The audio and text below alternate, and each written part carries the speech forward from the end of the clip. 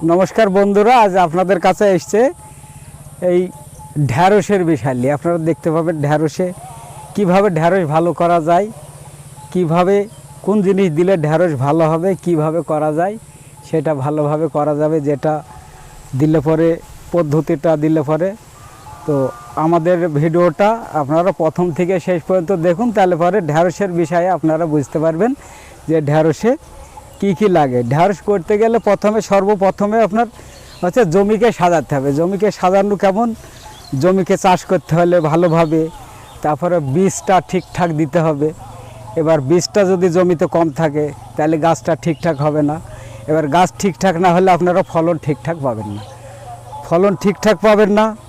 এবার গাছ যদি পাতলা হয় তাহলে আপনার জমিতে ফল কম উঠবে।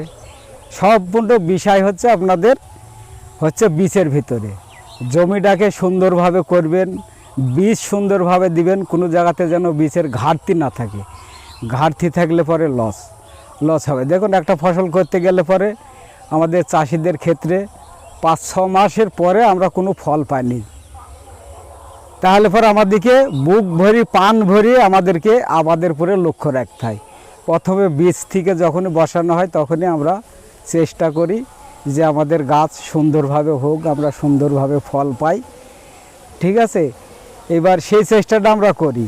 আমাদের বলুন তো কি, আমাদের একটা ফসল যদি সবজি ফসল আমরা জান পান দিয়ে তৈরি করি, কিন্তু কোনো যদি বিঘ্ন ঘটে তাহলে পরে আমাদের বুকে খুব আঘাত লাগে।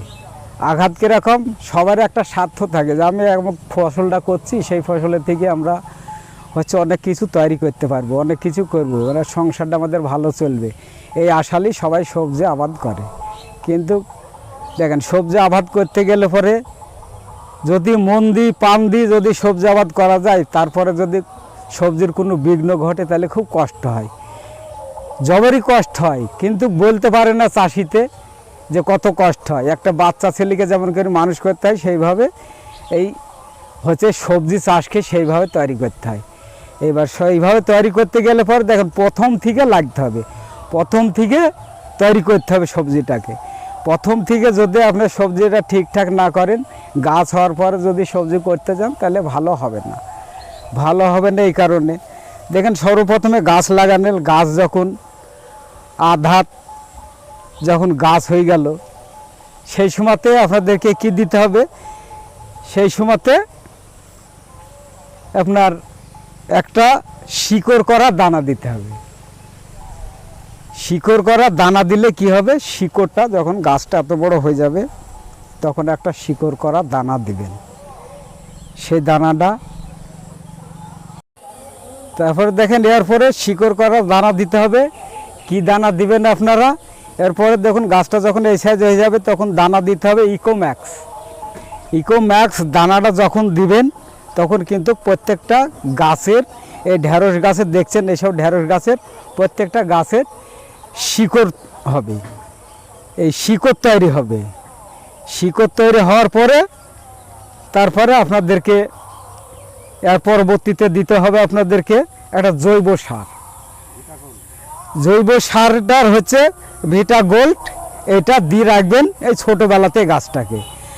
তাহলে শিকড় করা দানাটা দিলে পরে আপনার শিকড় গাছে তৈরি করবে, খাওয়ার শক্তি আসবে। তারপরে আপনি এই সারটা, এটা গোল্ড, এই সারটা আপনারা দিবেন, তাহলে পরে কিন্তু দীর্ঘদিন ধরে এই সারটা থাকবে।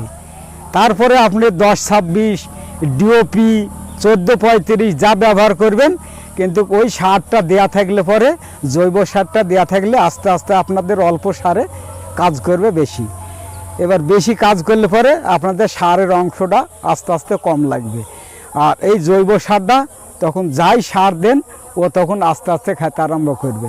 এবার কী হবে, গাছটা সতেজভাবে উঠবে। এবার গাছটা সতেজভাবে উঠতে হলে পরে তখন এই গাছটাতে আপনাদেরকে দেখা গেল যে গাছটা বেশ বড় হলো, সাইজ হলো, গাছের খুব সুন্দর পিকআপ হলো, তখন গাছটাকে ঠিকঠাক রাখতে হলে আপনাদেরকে ব্যবহার করতে হবে। এরপরে এই ঢেঁড়সের পাতাতে আপনার মাইট কিলবিলি বেশি হয়। মাইট কিলবিলি হলে পরে দেখুন ফুল টুলে খুব সমস্যা আছে, সেই জন্যে এরপরে তারপরে দেখেন মাইট কিলবিলির ওষুধ কি দিবেন, উপেরম জাম আর ভেনুস এই তিনটি এক জায়গাতে মিক্স করবেন, করে আপনারা ভুয়ে স্প্রে করবেন। তাহলে দেখবেন যে সাদা মাছি থাকবে না, আপনার মাইট কিলবিলি থাকবে না, যে ফুলগুলো আসবে সতেজভাবে ফুল আসবে, ঢ্যাঁড়স দাঁড়াবে, ঢ্যাঁড়স খুব ভালো দাঁড়াবে, ঢ্যাঁড়সের সাইজ ভালো হবে। তারপরে সাইজ করার জন্যে আপনাদেরকে আর একটা ওষুধের আমি নাম বলছি, সেই ওষুধটা ঢ্যাঁড়সের বড় সাইজ হবে, ঢ্যাঁড়স জালি থাকবে, ঢ্যাঁড়স পাকবে না, শক্ত হবে না, আপনার বাজারে নিয়ে গেলে সবার আগে বিক্রি হবে। তারপরে আপনারা এবার দেখবেন যে ঢ্যাঁড়স কী দিলে পরে খুব তাড়াতাড়ি বড় হয়, সেই ওষুধটা আপনাদেরকে বলে দিচ্ছি। আপনারা অবশ্যই এই ওষুধটা ব্যবহার করবেন, ঠিক আছে। বায়োভিটা আপনারা স্প্রে করবেন, তাতে আপনাদের হচ্ছে ঢ্যাঁড়স খুব সুন্দর হবে, খুব সুন্দর জালি ঢ্যাঁড়স থাকবে আপনাদের। এই ঢ্যাঁড়সের আবাদ আপনারা করেন, আমাদের ভিডিও দেখি, এই ভিডিওতে আপনারা তথ্য পাবেন, ঠিক আছে। এই ভিডিও আমাদের এই ঢ্যাঁড়স চাষলি এই পর্যন্ত আমাদের ভিডিও আমরা সমর্থন করছি। আপনারা আমাদের ভিডিও একদম সঠিক কারণে আমরা ভিডিও তৈরি করি, সেই ভিডিওটা আপনারা ফলো করে থাকুন। নমস্কার, ভালো থাকুন, সঙ্গে থাকুন।